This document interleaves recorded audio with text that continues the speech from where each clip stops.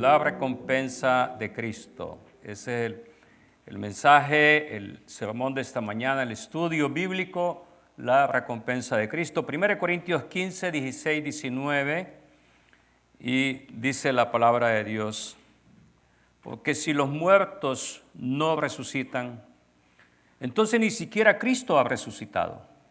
Y si Cristo no ha resucitado, la fe de ustedes es falsa, todavía están en sus pecados. Entonces también los que han dormido en Cristo están perdidos. Si hemos esperado en Cristo para esta vida solamente, somos de todos los hombres los más dignos de lástima. Vamos a orar. Padre, pedimos tu bendición y hemos puesto estas peticiones delante de ti también, oh Dios, tú las conoces. Oramos por cada una de ellas y suplicamos tu bendición, y ahora que tu Espíritu Santo nos guíe en la exposición de tu palabra, porque lo necesitamos, oh Dios. Agradecemos que nos dejes este tiempo juntos para meditar acá en la iglesia, Señor, y aprender de tu palabra. En Cristo Jesús oramos. Te agradecemos. Amén. Muy bien, estamos en la introducción, y cuando hablamos de la salvación casi siempre pensamos en la cruz, ¿no? Por eso el símbolo del cristianismo es una cruz. El símbolo de nuestra fe es una cruz vacía. ¿Por qué vacía? Es decir, no hay ninguna imagen ahí en la cruz. Es porque para nosotros Cristo no está en la cruz ya. Él ha resucitado. Esta es la diferencia quizás más grande cuando buscamos en los símbolos, porque cada cosa que tenemos como cristianos tiene que dar una idea exacta de nuestra fe. Y por eso la cruz vacía es una idea exacta de nuestra fe. Ahora, nuestros cánticos, nuestra Biblia habla acerca de la maravillosa cruz. Isaías 53:5 es un pasaje en el Antiguo Testamento. Dice: pero Él fue herido por nuestras transgresiones, molido por nuestras iniquidades, el castigo por nuestra paz cayó sobre Él, y por sus heridas hemos sido sanados. Ahora en Apocalipsis 5:9, y dice: cantaban un cántico nuevo diciendo: digno eres de tomar el libro y de abrir sus sellos, porque tú fuiste inmolado, y con tu sangre compraste para Dios a la gente de toda tribu, lengua, pueblo y nación. O sea, la Biblia habla específicamente en estos textos acerca de la salvación, de su sacrificio.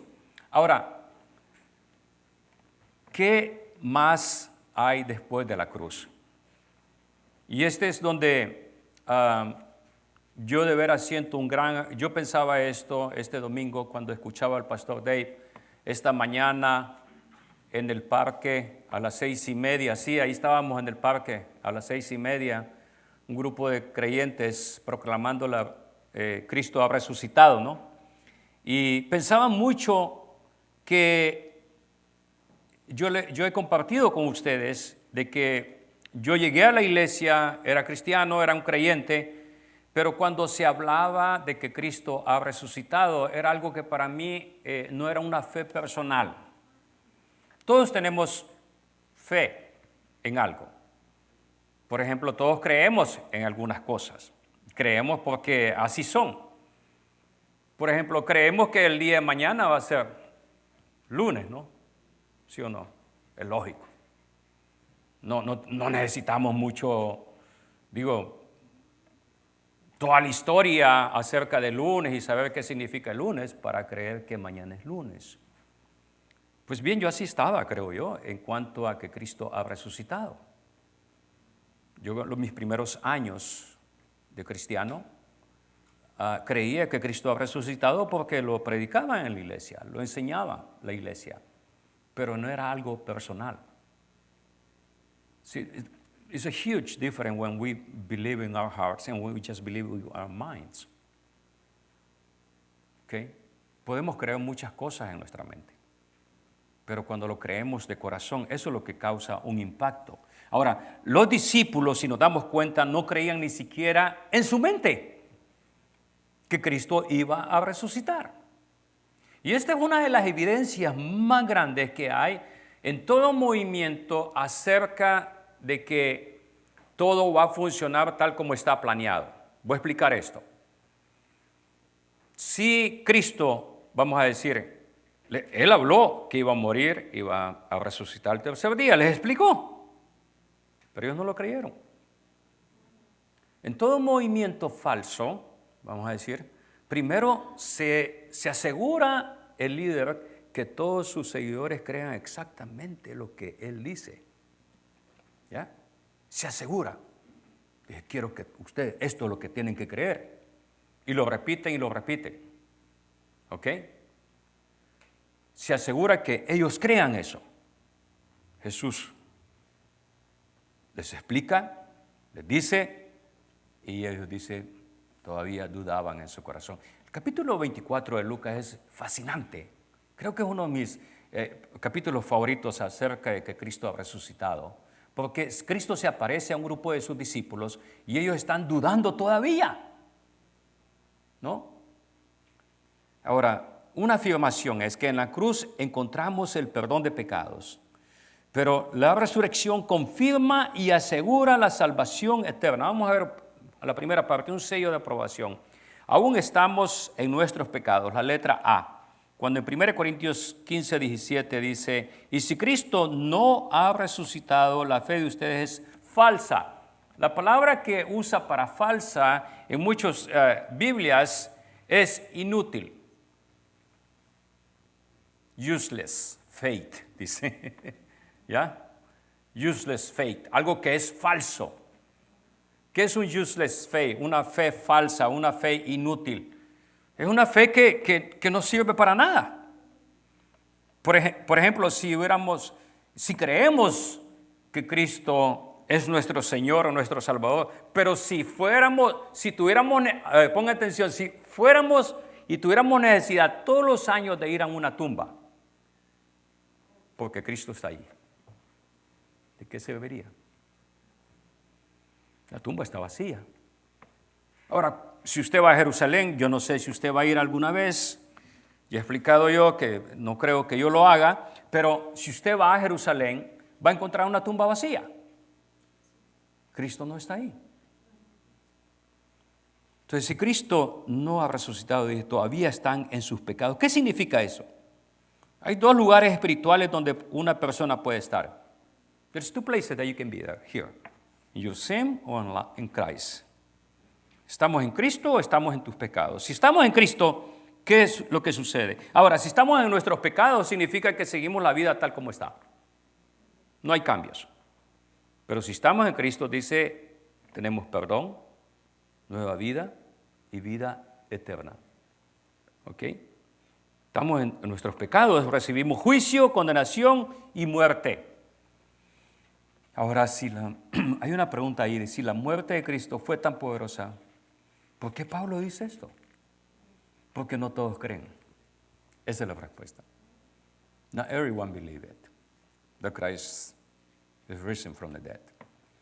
Letra B, la aprobación de Dios. La respuesta aquí es clave para entender todo. La resurrección de Cristo es algo que el Padre aprobó. Y vamos a ver esto, de qué estamos hablando más adelante.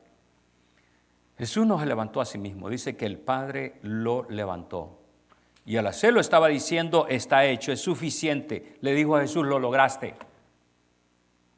Con el poder de Dios fue que Él resucitó. Entonces Cristo cuando resucita es el amén de Dios a la obra concluida. Y esta es una pregunta que debemos de hacernos. ¿Cómo cambia nuestra confianza en Cristo al saber que el Padre aprobó completamente su obra?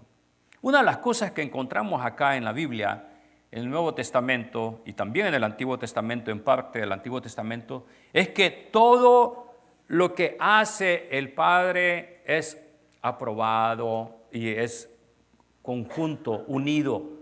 Es un plan unido entre el Padre, el Hijo y el Espíritu Santo. Por eso cuando desde Génesis encontramos una pequeña luz cuando dice, hagamos al hombre. ¿Por qué no dijo Dios, hago al hombre? Ok, hagamos. Ya vamos a ver eso más adelante, pero hay todo lo que sucede en el Nuevo Testamento, y lo hemos visto en Juan cuando Jesús dice, yo he estado con el Padre, yo le conozco. Ustedes no le conocen, pero yo sí le conozco. La letra C, una fe falsa. Por eso es que 1 Corintios 15, 17 dice, es una fe falsa. Si Cristo no ha resucitado, nuestra fe es inútil, es falsa. No es que sea débil, es que no sirve para nada. La obra que Cristo hizo fue coronada en la resurrección. Es completa la obra. Entonces nuestra fe descansa en la obra aprobada de Cristo. En el sacrificio de Cristo en la cruz, claro que sí, pero también cuando Cristo resucita. Letra D, la resurrección es nuestra garantía. Esto se vuelve ahora personal, veamos. Quiere decir que nuestra fe no es inútil. Nuestra fe en Cristo no es inútil. No estamos en nuestros pecados. No te vas a presentar delante de Dios con una salvación incompleta. Cristo ha resucitado. Cristo pagó completamente por nuestros pecados. Hay un problema cuando el otro día alguien me preguntó y dice, todos nos hacemos esa pregunta. ¿Soy salvo o no? Y es que nuestra pregunta está basada en nosotros. Pero cuando creemos que la obra de Cristo es completa, Él ha pagado por todos nuestros pecados. Y Dios acepta ese pecado. En la cruz suceden dos cosas. Ponga atención a esto. En la cruz suceden dos cosas. Una es que Cristo toma todos nuestros pecados. ¿Ok? Es decir, todos nuestros pecados fueron clavados, dice Pablo, en la cruz. Y Pablo usa una expresión donde dice que toda ese libro que había sido, cuando una persona llega a un juicio, se firma un libro, se firma una condena. El juez dice, está condenado por tantos años. O life sentence, ¿verdad? Nosotros teníamos una condena perpetua por nuestros pecados. Entonces, ¿qué sucede en la cruz? Todos nuestros pecados están allí. Y dice Pablo que Él tomó esos libros, esa condena, y la clavó en la cruz. Entonces, en la cruz, todo nuestro pecado está en Cristo. ¿Qué otra cosa sucede en la cruz? La segunda cosa que sucede en la cruz es que la justicia de Cristo, el sacrificio de Cristo, es aplicada a nosotros, es transferida a nosotros. ¿Te das cuenta? Porque eso es exactamente algo así sucedía en el antiguo tiempo cuando los sacerdotes llegaban y ofrecían el sacrificio. La culpa del pueblo caía sobre el sacrificio. Y esa justicia era transferida ahora al pueblo. Porque nosotros, dice la Escritura que aunque alguno de nosotros osara, pudieran morir, el sacrificio no serviría de nada. Porque todos somos pecadores. Pero Cristo fue sin pecado. Vivamos entonces con la seguridad que nuestra salvación ya fue aceptada por Dios en Cristo. Veamos ahora. Vamos a ver varios pasajes que muestran que Cristo y su resurrección es la recompensa que Él nos trae. Una recompensa, el pacto eterno, la letra A, Hebreos 13:20. Dice que el Dios de paz que resucitó de los muertos a nuestro Señor Jesucristo, el gran pastor de las ovejas, por la sangre del pacto eterno. Este pasaje lo podríamos leer así. Dios trajo a Jesús de entre los muertos por la sangre del pacto eterno. Esto es lo que hablaba antes, de que esto de la muerte de Cristo no es algo nuevo, no es algo que sucedió por accidente en el Nuevo Testamento, o sea, en el tiempo en que Cristo vino. ¿Por qué digo esto? Porque muchos piensan, y muchos lo miraron en ese tiempo, que la muerte de Cristo era el final. De hecho, Judas se dio cuenta. Judas era un hombre, a veces pensamos que Judas era tonto. Judas se dio cuenta.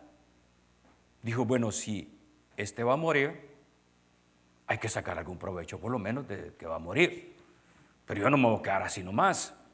Ya no va a haber una bolsa, ya no va a haber dinero para mí, porque Judas estaba pensando, en su reino yo voy a ser el que voy a manejar las finanzas, ¿no? Pero cuando se dio cuenta dijo, no, saco provecho de esta situación. Y claro, lo entrega, ¿no? Ahora, dice, el pacto eterno. La muerte en la cruz Jesús la anunció. En ese pacto, el Hijo se comprometió a venir al mundo, a encarnarse como humano, a derramar su sangre. Él era perfecto, Él era sin pecado. El Padre dijo algo, tú cumples, yo cumplo. ¿Te das cuenta otra vez? Hay una perfecta comunión en la Trinidad. En la cruz Cristo dijo, ¿qué dijo Él? Consumado es. Pagado es. Ahora, nuestra mente debe de cambiar en entender lo que es el plan eterno de Dios. No es algo inesperado. Cristo no murió simplemente como un accidente. Es más, Él lo dijo múltiples veces. Dijo, a mí nadie me quita la vida. Yo la pongo. De hecho, esa misma semana en que Cristo muere, los judíos estaban ya por matarlo, apedreado. Pero si lo hubieran hecho de esa manera, la Escritura no se hubiera cumplido. ¿Ok? La Escritura no se hubiera cumplido, muchas de las cosas no se hubieran cumplido. Yo no puedo ir en detalles de todo lo que se cumple en la cruz, pero muchas Escrituras se cumplieron. Letra B, coronado con gloria, Hebreos 2:9, ese es otro texto. Lo que sí vemos es que Jesús, que fue hecho un poco menor que los ángeles, está coronado de gloria y de honra a causa de la muerte que sufrió. Dios en su bondad quiso que Jesús experimentara la muerte para el bien de todo. Dice menor que los ángeles. ¿En qué sentido Cristo es menor que los ángeles? ¿No? Bueno, porque vamos a hablar claramente. A mí me impactó mucho una película que había hace años, no recuerdo el título y no quisiera que fueran a verla tampoco, no es una buena película ni cristiana, pero se trata de una película acerca de que un ángel se cae del cielo y se encarna, es decir, se hace humano. No ha sucedido tal cosa en la Escritura. Cualquier cosa que sea semejante es simplemente una herejía, una equivocación bíblica. ¿Ya? No hay ningún ángel. No quería decir esto, pero cuando a alguien se le dice, es un ángel caído del cielo, tenga cuidado, hermanas. Porque no es nada bueno. Los ángeles caídos del cielo son diablos, ¿okay? Son los únicos. Entonces, pero digo, no se han encarnado. ¿Ok? Ahora encontramos esto. ¿En qué sentido fue eso? Cristo fue encarnado. La Biblia lo dice. Fue coronado con gloria. Aquí vemos una gran conexión en todo. Vemos todo. Su nacimiento, su vida, su muerte, su resurrección en este texto, ¿no? Y en Juan 17:5, cuando Jesús habla y está orando, el siguiente, por favor, 17:5, Juan 17:5, ahí dice, ahora pues, Padre, glorifícame tú al lado tuyo, dice. Jesús estaba con vida, aquí piense esto. Jesús estaba con sus discípulos cuando estaba diciendo estas palabras. Con aquella gloria que tuve contigo antes que el mundo existiera. Por eso, si usted lee Filipenses, se va a dar cuenta que Pablo habla de esa humillación y exaltación de Cristo en el capítulo 2. Él cumple el pacto, Él obedeció, soportó la ira de Dios, cargó, llevó el pecado de todos nosotros. ¿Qué te enseña el camino de Cristo? el sufrimiento antes de la gloria, sobre nuestra propia vida y caminar con Dios. Piensa eso, porque todos queremos llegar a la gloria, todos queremos estar delante de Dios para ser salvos, claro, no para ser condenados. Tenemos nuestra confianza en Él. ¿Por qué? Porque es un sacrificio completo. Letra C.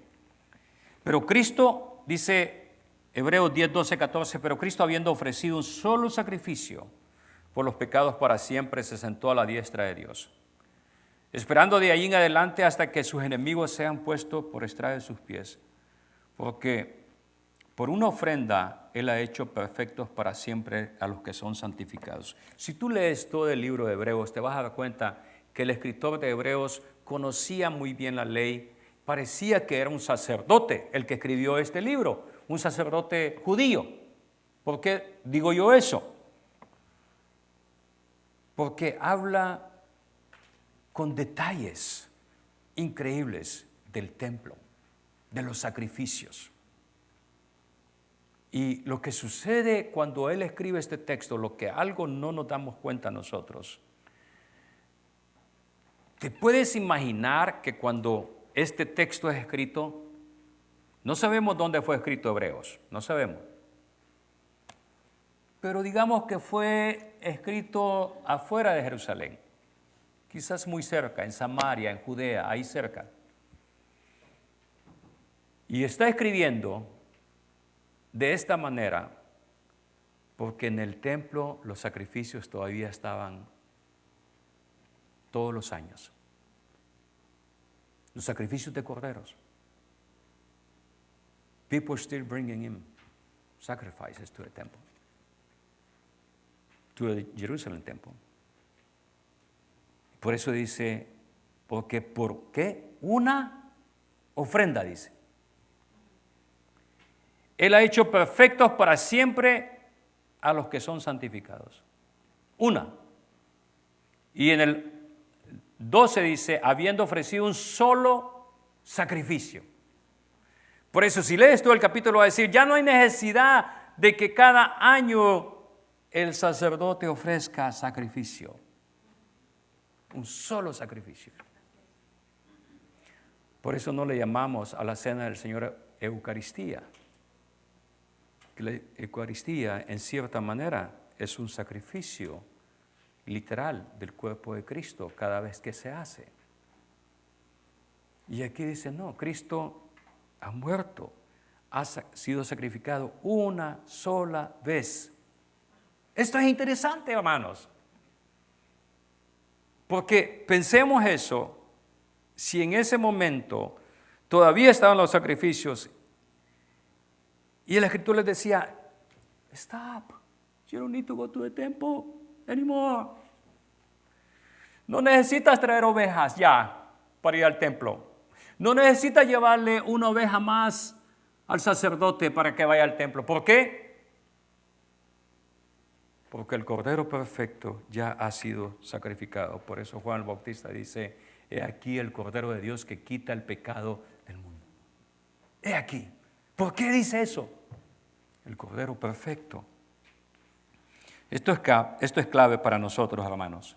Cristo no hizo posible la salvación, la logró. Eso es diferente. Que mucha gente dice, Cristo con su sacrificio hizo posible la salvación para todo el mundo. No, Él la logró para su pueblo. El que dijo, yo pongo mi vida por todo el mundo, es lo que dice en Juan. Yo pongo mi vida por mis ovejas. Y ellas me conocen y yo las conozco. Y ellas oyen mi voz. No creemos en un universalismo. ¿Qué es un universalismo? Es cuando pensamos que todos vamos a ir al cielo simplemente porque creemos en Cristo. No es así. Él ha muerto por su pueblo. Entonces no mejoró la condición, la resolvió. No dejó algo pendiente. Nosotros somos los que dejamos cosas pendientes. Yo le decía ayer a mi esposa, hoy esta mañana, no sé, estaba buscando unos lentes que había perdido. Y yo le dije, ¿sabes qué? Lo peor es que no hay esperanza para mí. O sea, la cosa no se va a volver mejor, va a ser peor. Entonces más vale que me vaya educando, poner las cosas en un solo lugar y encontrarlas allí, ¿no? O sea, Cristo no viene para mejorar nuestra condición, Él viene para resolver nuestra condición espiritual. ¿Te das cuenta? El Padre dijo, el pago está completo, está hecho, sal de la tumba. Una muerte y resurrección anunciada, letra D. Ahora vamos a ver, Isaías 53, 10, 12. Dice, pero quiso el Señor quebrantarlo, sometiéndolo a padecimiento cuando Él se entrega a sí mismo como ofrenda de expiación, verá a su descendencia, prolongará, ¿qué dice? Sus días. Y la voluntad del Señor en su mano prosperará. Entonces dice ahí que va a prolongar sus días. Era una muerte anunciada, si seguimos leyendo todo el capítulo de Isaías. Y hay tantas, fíjate bien, hay tantas cosas que se cumplen en ese capítulo 53 de Isaías, en la cruz del Calvario. Por eso 1 Corintios 15, 4, ¿qué dice 1 Corintios 15, 4? Que también conforme a las Escrituras fue sepultado y resucitó. ¿Tienes ahí 1 Corintios 15, 4 o no lo puse? ¿No? Eso es lo que dice, lo leímos al principio, ¿no? Conforme a las Escrituras. Hay otro texto en Job 19, 25. ¿Ese sí lo puse, Raúl? Job 19, 25. Dice, yo sé que mi Redentor, ¿qué dice? Vive. Un hombre que estaba experimentando la muerte. Job. La muerte literalmente. No sé si has tenido alguna enfermedad que literalmente sientes que te estás muriendo. Yo no sé si usted ha vivido eso, yo he vivido eso.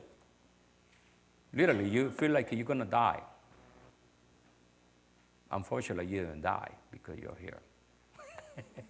Desafortunadamente estás aquí, no igual que yo. No morimos. Y Job dice, en medio de esa enfermedad, en medio de todo eso, yo sé que mi Redentor vive y al fin se levantará sobre el polvo, dice. No sabemos cuántos años. Job no tiene una fecha de escritura. Dicen que fue el primer libro que se escribió. 1,000 years, maybe. 2,000 years, I don't know. 2,000 años. Y Job dice, yo sé que mi Redentor vive. O sea, yo me voy a morir, pero el que me salva está vivo, ¿no? Y esa es nuestra fe. Nuestra fe debe ser fortalecida en saber que Cristo ha resucitado y estaba anunciada en el Antiguo Testamento. Fíjate bien esto, estaba anunciada en el Antiguo Testamento. No solamente la muerte de Cristo, sino que Cristo iba a resucitar. Conclusión. Volvemos a 1 Corintios 15, 17 y dice, y si Cristo no ha resucitado, la fe de ustedes es falsa. Todavía están en sus pecados. Yo sé que algunos creen que Cristo resucitó en espíritu, nada más dicen. Están como Tomás, ¿no? Tomás dijo, hasta no ver, no creer. Yo me encontraba en ese grupo de Tomás, ¿no? Si no fue hasta después que yo comencé a leer y a leer. Yo les he contado esa experiencia, fue cuando leí ese libro que decía las evidencias que exigen un veredicto. Era un libro más grande que el Quijote de la Mancha. Era un libro grande que traía muchas evidencias. Y no solamente evidencias bíblicas, porque el que escribió el libro era un ateo. E investigando la vida y la muerte y resurrección de Cristo, se convirtió a Cristo. Porque la evidencia era clara. ¿Cómo sabemos que Cristo resucitó? 1 Corintios 15, 5 al 8. que se apareció a Cefas. ¿Quién es Cefas? ¿Quién es Cefas en la Biblia? Pedro, ¿no? Y después dice a los 12. Pablo va dando aquí, fíjate bien, aquí es como cuando está en un juicio Pablo y está presentando la evidencia en un juicio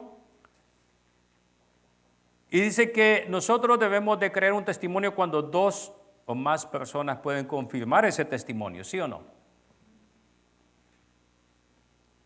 Está lo que se conoce evidencia circunstancial y evidencia directa en un juicio. Una evidencia circunstancial podría ser que la persona, de acuerdo a la línea del tiempo, se le coloca donde fue, digamos, el crimen, ¿no? Pero si la persona dice, no, yo estaba en una fiesta de quinceañera en ese momento que mataron a esta fulana, ¿no? O a este fulano. Dice, ok. Y tiene muchos testigos. Es una evidencia circunstancial, pero que es probada por los testigos. ¿Me explico? Y aquí dice, se le apareció a Cefas. ¿Después a quién? A los 12, o sea, todos. Cuando dice los 12 se está refiriendo al grupo de los discípulos, ¿no? Porque en ese momento, recordemos, solo habían 11. Judas ya se había colgado, ¿no? El versículo 6 dice, luego se apareció a más de ¿qué? 500 a la vez. Y Pablo dice, ¿saben qué? Algunos de ustedes dicen, porque está escribiendo a Corintios, a una iglesia. Y en Corinto había gente que decía, Cristo no habrá resucitado, es un cuento que ustedes les han dicho. O sea, sí creemos en Cristo, pero de que resucitó, mis hermanos, no se crean eso. Y dice Pablo, no, mira. Cuando Pablo escribe esto, recordemos, había gente dudando. Entonces, los incrédulos siempre van a estar entre nosotros. Yo era un incrédulo y estaba entre ustedes. La mayoría de los cuales viven, ¿qué dice? Aún. Pablo dice, si ustedes dudan, vaya y pregunte, hay 500 ahí. Hay 511, diríamos, ¿no? ¿Ya? Pero algunos ya se murieron, pero bueno, pueden ir a los que están vivos. Después apareció a Jacob, luego a todos los apóstoles. Y Pablo está narrando aquí las diferentes veces, porque nuevamente menciona a los discípulos, a Jacob, parte de ellos. Pero está diciendo, apareció aquí, apareció aquí, apareció a este, apareció a este, apareció aquí. O sea, no fue una vez, no fue, perdón que voy a usar esta ilustración. No fue que 2 niños vieron aparecer algo allá. Solamente eso. O que una persona nada más vio una imagen y dijo, aquí está. No. Y una persona que ni siquiera se puede trazarle la descendencia, dónde vive o de qué familia es. O sea, aquí no estamos hablando de eso. Aquí estamos hablando, y Pablo dice, no, evidencia, fuerte y dura. Dice luego todos los apóstoles, y al último de todos, ¿qué dice Pablo? Como a uno nacido fuera de tiempo, se me apareció también a mí, dice. ¿Saben qué? Yo era un asesino, podría decir Pablo. Yo era una persona incrédula, yo no creía en Jesús. ¿Y qué sucedió? Cristo se me aparece a mí. Lea Hechos. Cuando Pablo dice, ¿y quién eres? Y Jesús dice, soy yo el que tú persigues.